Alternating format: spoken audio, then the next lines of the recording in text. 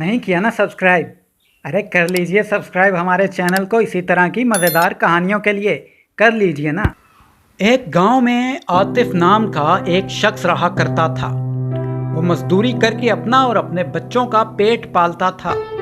उसकी एक बीवी जिसका नाम सोनिया था, एक बेटा जिसका नाम अहमद था और एक बेटी थी जिसका नाम शाकरा था। वो उन दोनों को तरह तरह की कहानियां सुनाया करता था।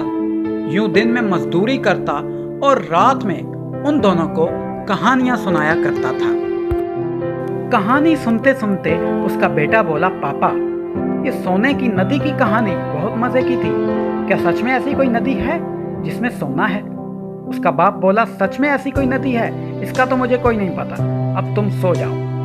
मगर वो उसी कहानी के बारे में सोचता रहा। एक दिन उसके माँ बाप को किसी काम से बाजार में जाना था।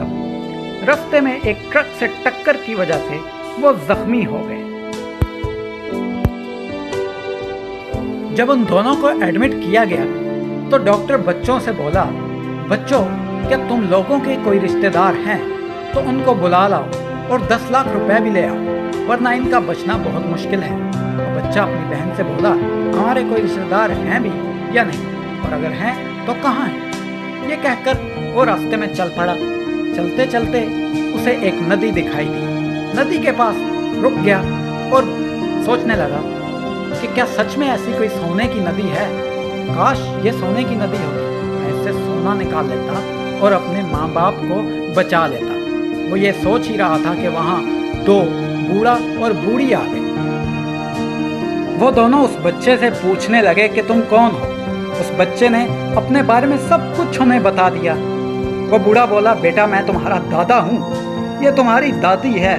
तुम्हारा बाप बचपन में घर छोड़कर चला गया, हमने उसे बहुत ढूंढा और मगर हमें मिला नहीं। और तुम फिक्र मत करो, तुम्हारे माँ बाप का इलाज हम करवाएंगे। हमारे पास सोना है, ये नदी हमारी है, हम इसी नदी में रहते हैं और हमारा इस नदी में खाने पीने का स्टॉल है। ये कहकर वो बच्चा उन दोनों के साथ कूद जाता है उस नदी में। जब उस नदी में उनके साथ जाता है तो वहाँ एक खाने पीने का स्टॉल होता है। वो दोनों बूढ़ा बूढ़ी उस बच्चे को तरह तरह के खाने बना बना कर खिलाते हैं। वहाँ और भी बच्चे, बड़े और औरतें मौजूद होती हैं। वो बूढ़ी औरत उस बच्चे से बोलती है कि बेटा रात हो गई है, अब तुम सो जाओ, हम सुबह सोना लेके तुम्हारे माँ बाप का इलाज करवाएंगे। वो बच्चा सो जाता है। सोते सोते उसको रात को कुछ आवाज़ें सुनाई देती हैं।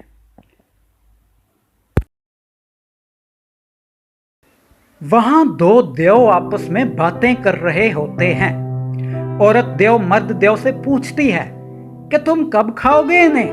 रोज कहते हो कल खाऊंगा कल खाऊंगा। मर्द देव उससे कहता है, अरे बेवकूफ, इसे थोड़ा मोटा तो हो लेने दो, इसे खाना खिला खिला कर मोटा कर देंगे और फिर खाएंगे। ये सब अहमद सुन लेता है और उसे डर लगता है, मगर वो अपने बाप की सुनाई गई कहानियां याद करता है और उसे एक तरकीब सूझती है। वो उन दोनों को रस्सी लाकर बांध देता है। ये देखकर वो देव अपना भेष बदलकर रस्सी तोड़वाने की कोशिश करते हैं और इसी असना में